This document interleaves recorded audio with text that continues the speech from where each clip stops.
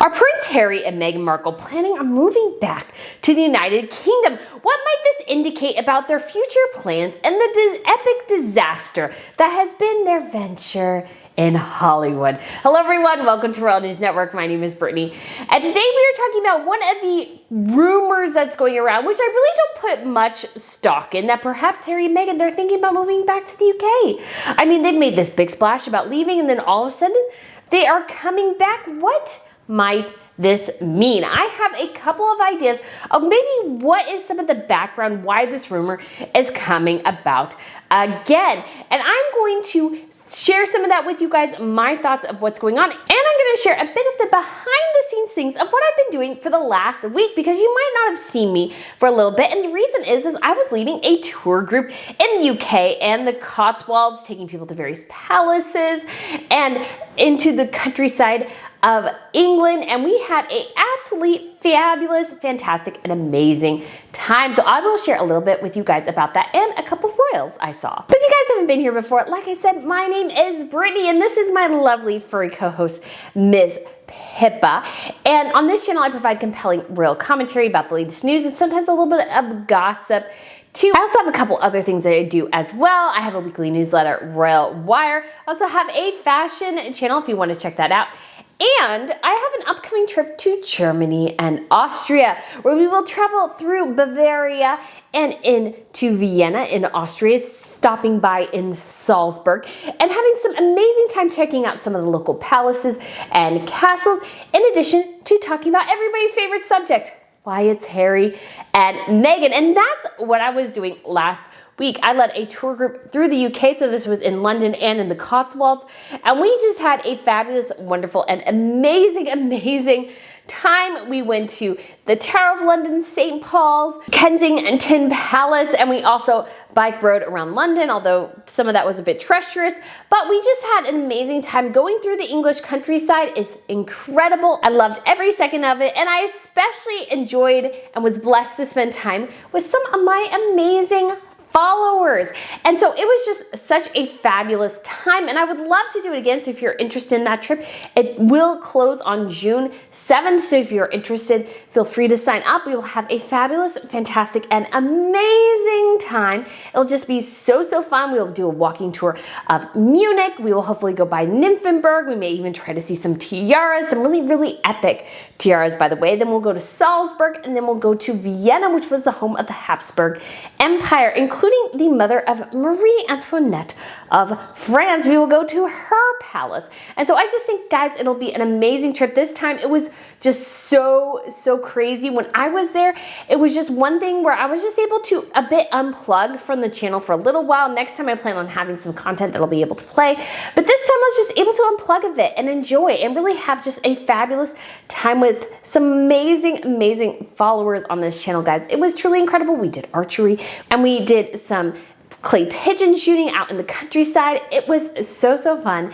I shot a shotgun for the first time, which was not quite as scary as I was thinking it would be. And our instructor was absolutely incredible. So guys, if you are interested in that, again, a link will be down below. I would love to have you join. And Miss Pippa, she would be so sad if I was gone, but she'd be so happy knowing I got to spend some time with some amazing people. Yes, that is right. And a couple of royals that I saw while in London. So I've gotten pretty good now at catching royals. And so this time it was me and my mom. It was our first day there. And we decided, well, we need to stay up. So the first thing we did is we went to tea at the Goring Hotel. And it was a special coronation tea. And I may or may not have stolen the menu. And I also got some coronation jam. And we just had a absolutely fabulous time, although we half fell asleep because we were a bit jet lagged because we had gotten in earlier that morning. But the best combat for jet lag is to get on your new time schedule as soon as possible. So we powered through some sleep on my end for sure. I think my mom got a little more sleep. And then we went in front of Buckingham Palace, and wouldn't you know it, again, half, guys, of royal watching is just simple luck. The Prime Minister of the UK happened to drive in about 5 minutes after we got there. And we knew the Royal Standard was there, and Charles lives at Clarence House. So we thought, you know what? we're just gonna chill out here. My mom started chatting up one of the bodyguards, the policemen standing outside the castle, and we waited and waited for about, I would say about 45 minutes before we were told, hey, the big boss man is coming. And very, very quickly thereafter, King Charles came out first and he left his royal residence. And I got a couple of pictures, although my camera paused at the worst possible moment.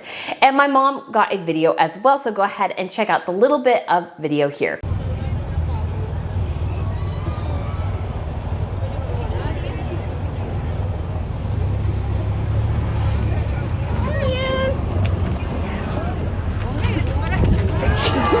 All right, guys, I thought that was so exciting. Again, you never know when this kind of thing is going to happen. Charles lives at Clarence House, so there is a time period every day, perhaps, where he will, if the royal standard is at Buckingham Palace, where he will go back to Clarence House for the evening. But again, it was about 6, 7 o'clock in the evening, so it was getting kind of late. We just happened to be fortuitous. It was just luck. But the coolest one, I've got to say, the one that was unbelievably unexpected, was when we were at Kensington Palace. So we had started off the day. I brought everybody to the Tower of London. I gave a little history lesson. We went through the Tower of London. We saw the Crown Jewels, their new exhibition, which was gorgeous. And then we had lunch and then walked over to St. Paul's Cathedral, which was equally as gorgeous. It was an amazing day. And we spent some time in there. And then we went over to Kensington Palace for the end of the day. So it was a very, very packed schedule. So we got there about, let's say 3:45, 3:40-ish. So we walked down the way to Kensington Palace. And I will say very briefly, and this was just a little catch out of the corner of my eye, is that as we were leaving the metro station, this is a particular metro station, Queensway, that has elevators. So I was waiting for the rest of the group to make sure everybody stayed together.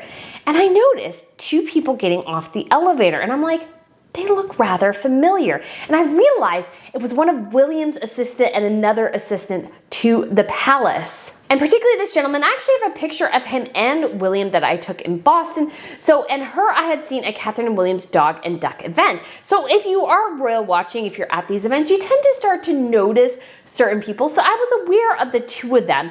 And I was like, wait, I'm pretty sure that's them. But then they went off to the left. And going to the left, it means that you go down to coffee shops, those sorts of things. Right is Kensington Palace. And so I'm like, well, I'm pretty sure it was them, but I wasn't entirely positive. And it's not like I'm gonna go and yell, hey, do you work for Catherine and William? No, I'm not gonna make a big scene because A, they'll look at me like I'm a crazy person. B, they're like, okay, we need to put her on the radar. So we started walking to Kensington Palace. I got everybody through. We looked at the Diana statue, and then I was about to sit my little seat down because it had been a long day. It had been tough sometimes to make sure everybody stayed together, and we did a fabulous job, and I was looking forward to putting my feet up and having a pastry, not gonna lie. And then all of a sudden, there's this helicopter coming in, and it's getting closer and closer, and it's like coming over the top of Kensington Palace, and we all realize it's a royal helicopter. So go ahead and take a watch here.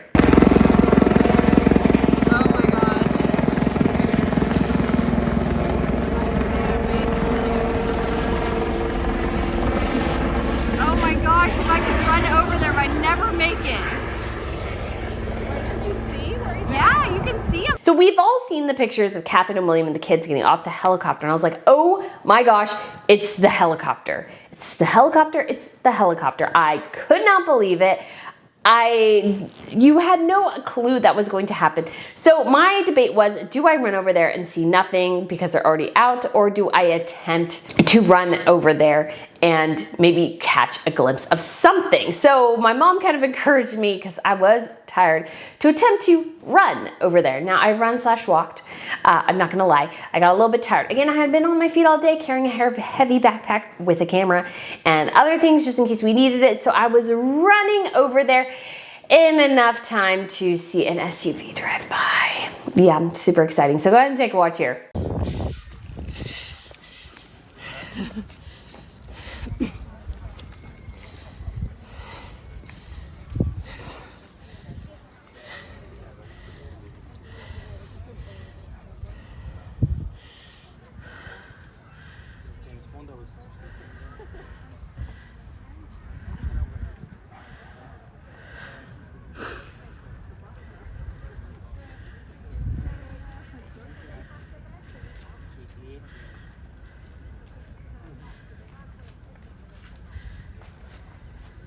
Yes, and that panting is real. Yes, I am a bit out of shape. I will not lie. But we got there and I was like, okay, that was a bit of a bummer, man. And so we were waiting there. We were thinking maybe somebody would come back out. And it was pretty obvious that they were going to take off again. And we were pretty sure there didn't seem to be anybody in there. Some people said the person got off on the other side, so we couldn't see who it was. So the blade started running again, and it hovers over the ground for a brief period of time, which I thought was a little weird. So I was like, you know what, I'm just not going to stay here forever. But I noticed off to the side that there were a couple of people hanging out, and I just didn't know who they were. They were too far away to really make them out. So I had my camera with a little bit of a zoom lens, not much. So I took some pictures. I'm like, well, okay. I got a bit closer. I'm like, well, maybe we can figure out who these people are later, because I just couldn't see. So after the helicopter had taken off, we get back into the line for Kensington Palace. A couple of people had actually followed them with me because they were kind of close. And so they were able to watch the SUV with me and were able to see just a couple of people off to the side. But again, we didn't know who they were. So we walked it back, took my camera out, pressed the play button, and zoomed in the picture, and lo and behold, who was it? Why, it was Princess Eugenie, her son August, and her husband Jack. August had been playing around while they were waiting for the helicopter, and so it was just an opportunity for him to come and see the great, exciting moment. It was just such a surprise, such a lovely, lovely moment. And so I feel like I got a special Royal News Network exclusive, because I don't think anybody else got that picture, because nobody was down where I was, and nobody was really paying attention, as far as I could tell, to these other people, because you just didn't know who they were. But it was just a fun little surprise to blow up my picture and go, hey, I know these people. It was really, really exciting. I actually thought for a second it looked like Sarah Ferguson. Obviously, Sarah and Eugenie are related, so that was just a little bit of a fun surprise. So if you come on these trips, no guarantee, but if there's an opportunity for royal watching, if a helicopter happens to fly over a pass and we know it's royal, you better believe I will be running right along with you, and hopefully we may be able to see a royal. Unfortunately, most everybody else was either in the cafe, they were over having tea, so there just wasn't really a chance or an opportunity for most people to come because they were busy doing other things. And so it was just, again, a lovely, lovely, fun surprise. But back to Harry and Meghan, what does this rumor mean? When I first heard it, I was like, I rolled my eyes like, yeah, no, they're not moving back to the UK. And I still stand by that. However, I think there's some indication, some thought process behind this that indicates where Harry and Meghan are in this current sphere of Sussex chaos and how things are continuing to implode on them. The more they try to make brand Sussex work, the worse off it is. And this is just a pattern that's continuing to go on and on and on. So the idea that they want to perhaps move is not necessarily entirely outside the realm of possibility. So let me read you some of the quotes because they are kind of interesting. So this is from Charles's former butler from 2004 to 2011, who said, "I'd never say never," which he says to the OK, which is not a great publication, but again, stay with me. "It's always possible that one day he might want to come home. It's possible that he might buy a property here if he wanted to come over more, and Meghan didn't want to come over." Harold added, "Meghan doesn't really have any family here as such. All her family are in the States. She has only one identified family member right now, maybe possibly two, but just one. And that's where Harry has decided he wants to set up his home." But does he? But continued that Harry is always going to have an association with the UK and would never totally cut that off. He'll always want to keep his fingers in that pie, so to speak, and want to have that association with Britain just in case one day he does want to come back.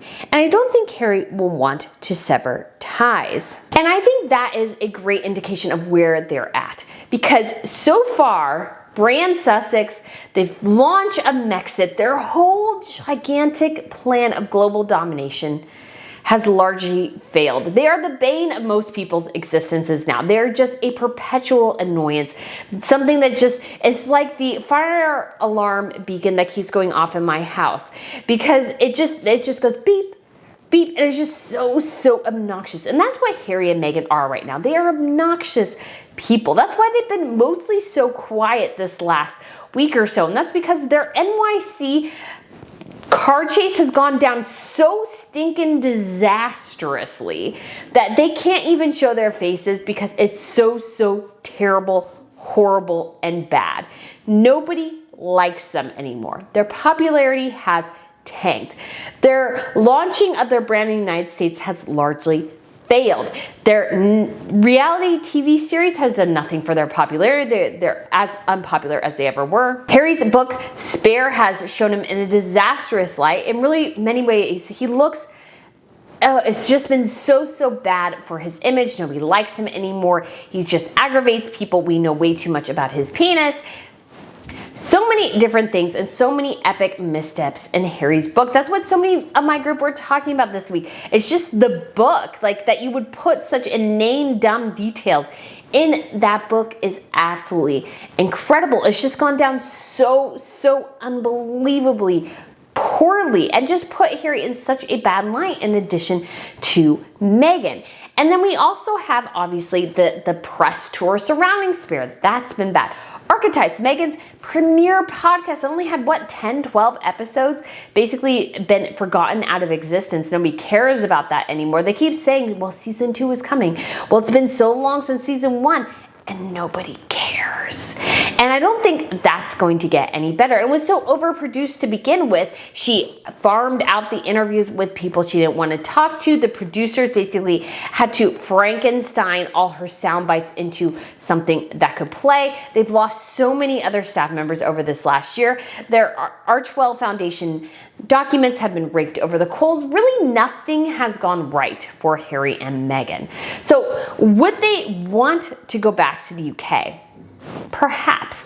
And the reason why is number 2 is that they want to recapture that royal magic. They're realizing that all of a sudden that royalty means that you actually need to be royal for that to account. That you actually need to be associated with the monarchy for people to care that you're royal anymore.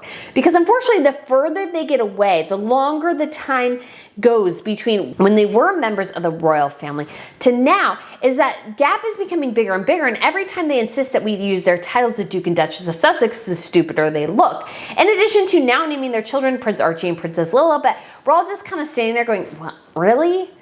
Really, you live in California, you don't talk to your family. Do you really think you need to, all of us to call your kids Prince Archie and Princess Lilibet? Really? Do you think that's the best way to go? I don't think so. Because it just looks on the face of it so silly. Those kids have no connection to the UK, really, no connection to Sussex. So why are they called Prince Archie and Princess Lilibet of Sussex? It just doesn't even make any sense. And so by and large, this whole global domination strategy they have has failed on the backs of their own hubris. They made the catastrophic error of believing that they were better than the rest of the royals.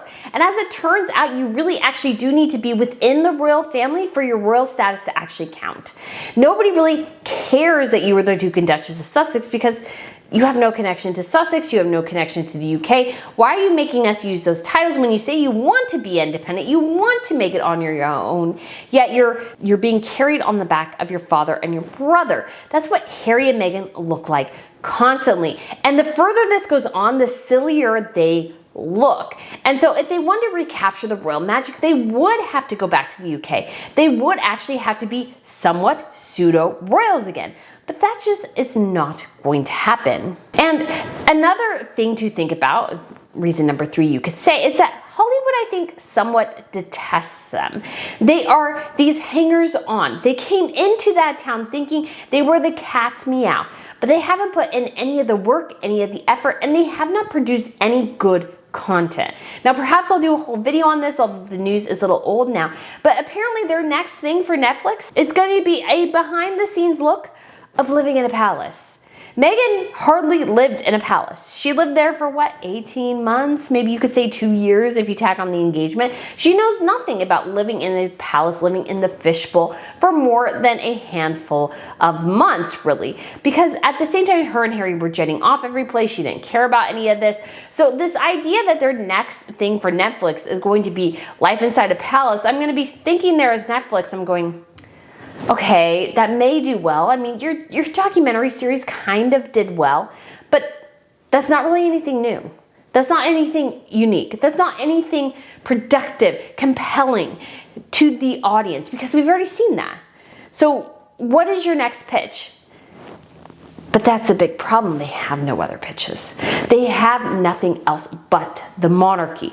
And they've damaged that relationship so much they can't even really piggyback off that anymore, because then everybody's looking at them as well going, well, you clearly hate and detest this institution, yet you are completely able to lean on it when you need to. So which is it? Do you hate it? Do you love it? Tell us what the truth is. But as always, Harry and Meghan are very confused about what the truth is and what their branding is. So I think to a certain extent, Hollywood detests them. In addition to just the lack of talent, because again, a royal title does not imbue you with all of a sudden the talent that you lacked as an actress before Meghan Markle. But also that Harry and Meghan are completely willing to share details and information about other people without their consent. Particularly, you got to think of Courtney Cox. Harry's telling the world what he found in her refrigerator, including, I believe, mushrooms and perhaps some illegal material, because that's just what you want as an actress in mainline Hollywood, is for a prince who you let probably stay at your house for free to tell the entire world that you keep mushrooms in your refrigerator.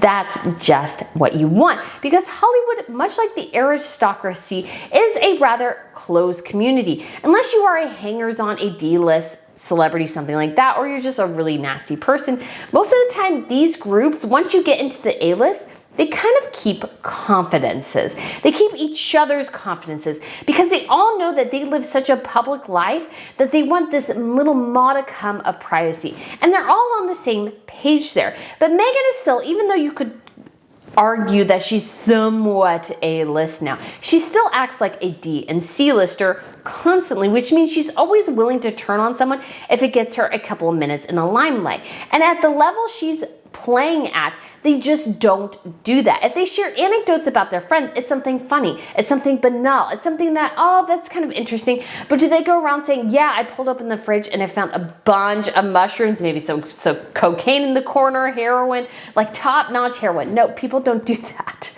People don't do that. And the reason they don't do that is because they want to keep those friendships. Even if they don't like them, they'll be publicly nice to them. Although sometimes they'll get called out, like Dakota Johnson calling out Ellen for arguing that Ellen said she did not get an invitation to Dakota's party, and Dakota goes, well, yeah, you got it. You declined it though.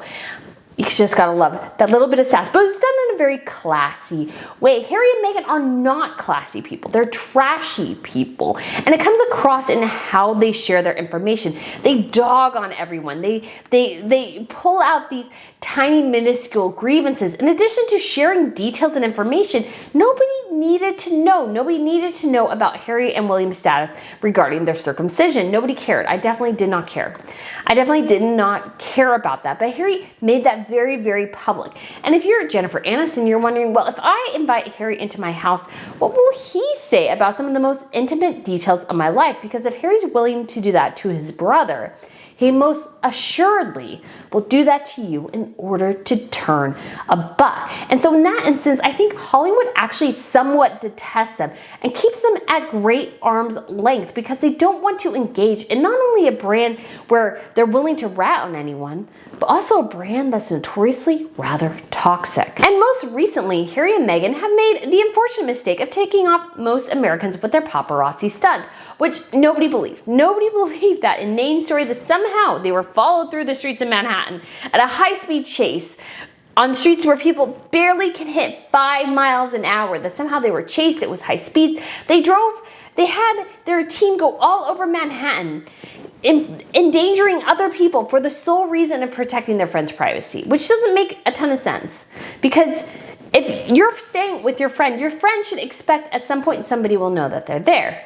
And if so, of course, that should be an added stipulation, something that you should know. If they're in the building, you could perhaps guess who they are, but you don't really know. And honestly as well, if the paparazzi had seen them get out of the car and into the building, the chase would have ended.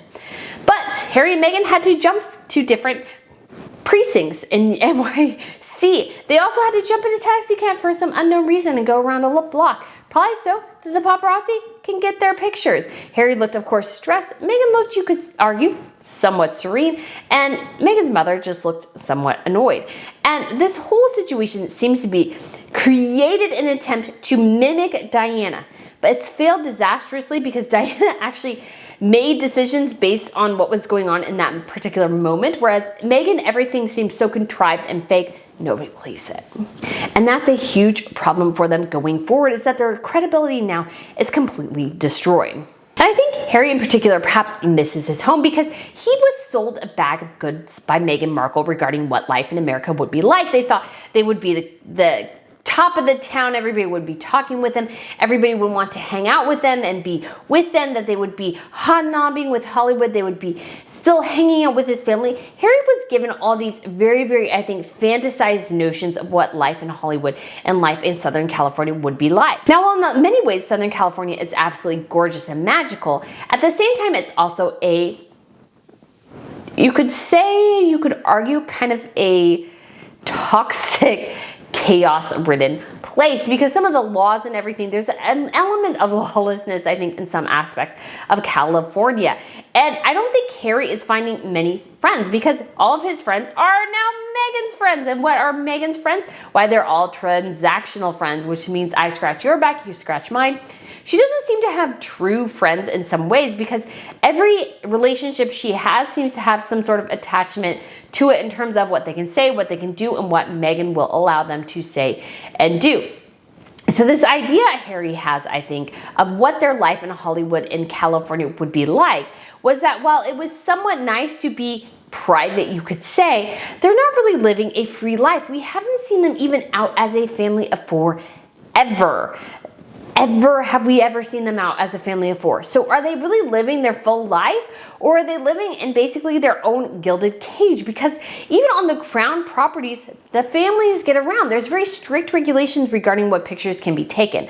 So if Harry and Meghan are so disastrously worried about what pictures could be taken of their family, to the point where they don't even take their children out into the world, I think it just doesn't bode well, because at the end of the day, their ability to actually live a more normal life would actually be more ensured by being in the UK rather than out of it. And finally, the big thing to still consider is that Harry and Meghan are still desperately married to their original Mexit proposal. They still want that. Take a listen to this quote from OK as well. So this comes from royal expert Tina Brown. She said on LBC, "They were huge assets as a couple to the royals, and I think they really needed them," she says. "I mean, they were the face of, younger, connecting to the young of England. To have a woman of color in the royal family was, a wonderful thing for the connection to a more diverse nation. So there was a need to have them back, I think. There is a need, I think, to have them back." So what do I take that as? Now, you could take and say Tina Brown isn't really much of a royal expert,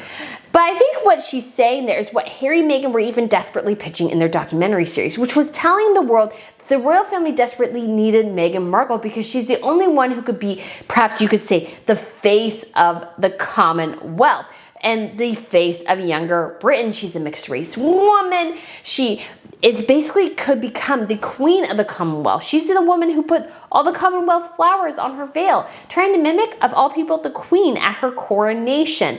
The hubris in that notion, when you really think about it, is really unreal. So this idea of a Mexit plan where Harry and Meghan can be the wide brand faces of the monarchy of the Commonwealth, while the rest of the royals do the boring stuff over here in the corner, is, I think, something that's still desperately in their mind. And I think something that they feed to the people that they particularly like, saying again and again, Harry and Meghan, they can be the new face of the royal family. They can be the face of Britain. They can be so many things. But the thing that sunk them, that continues to sink them, is the simple truth. They are not the heirs. They are not the king and queen. They are the spares. By necessity, you will always come behind others who are higher ranked than you. And so at the end of the day, regardless of what the Mexit agreement thought, that they hated it, that it didn't go their way, it was never going to go their way. They had no leverage in this situation. They had zero leverage when it came to the royal family and the Mexit negotiations. Harry is a spare. He was at the time popular, but his popularity was starting to flail under Meghan Markle, and it's just tanked ever since. They are still widely regarded as the most unpopular royals. Nobody I met in the UK last time I was there for the coronation population liked Meghan Markle, and people are increasingly less likely to like Prince Harry because of his association and his desperate clinging to the visions of Meghan Markle regarding their roles. They thought of themselves as greater than the institution they were supposed to represent. They thought they were the crown, rather than being several steps under the crown. They will always have to bow the knee unless something catastrophic happens. They will always have to bow the knee to this institution because it reigns supreme, and it runs on something simple, which is hierarchy. Every monarchy is a hierarchy. I've said this time and time again because that is how this works. There are some families in the Middle East where that is not the case, but there are hierarchies. Sometimes they only go through the male line, and sometimes that is difficult, and sometimes it depends on if you are born within a wedlock. If you are not, that comes to bear sometimes in the Monaco royal family and other royal families. So there is stipulations and guidelines because there has to be.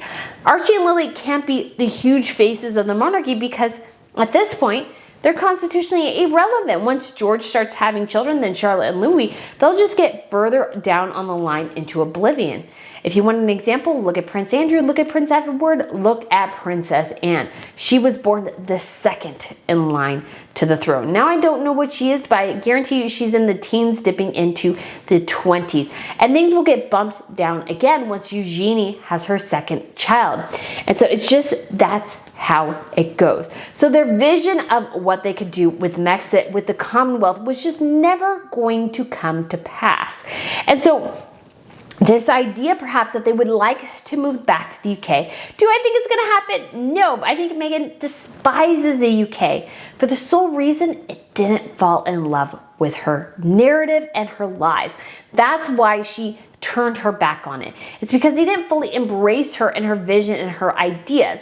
But she didn't take the time to understand the British people. I spent a whole week in the UK, and I've spent, on the face of it this year, perhaps you could say upwards of 3 weeks. And I've barely scratched the surface of the UK and her people. Yes, I know a lot about the history. Yes, I can navigate the underground. But will I ever truly know what it means to be British? You could argue probably not, because I'm simply not British. But I would take the time to learn, which is what Harry and Meghan never tried to do. And I think that is why they're tanking. And that's why perhaps a Hail Mary pass could be moving back to the UK, trying to reestablish some of those bonds because they desperately need it, because they're nothing without the monarchy. Because if the only thing you have to pitch to Netflix is another basically rehash of your documentary series about life inside a palace, when you can't even get access inside the palace to film it, shows that they have no ability to craft and to produce and to pitch an interesting, compelling ideas because they don't have any. And that's why perhaps you could say a desperate move to the UK could be in their future, but I doubt it. Harry, yes. Meghan, definitely no. I think unless she's absolutely forced to, I don't think she'll ever step foot inside the UK again because they didn't embrace and love brand Meghan. And Meghan is nothing if not a narcissist. So guys, thank you so much for watching. Let me know what you think of this video, and I look forward to seeing you again really, really soon. Bye.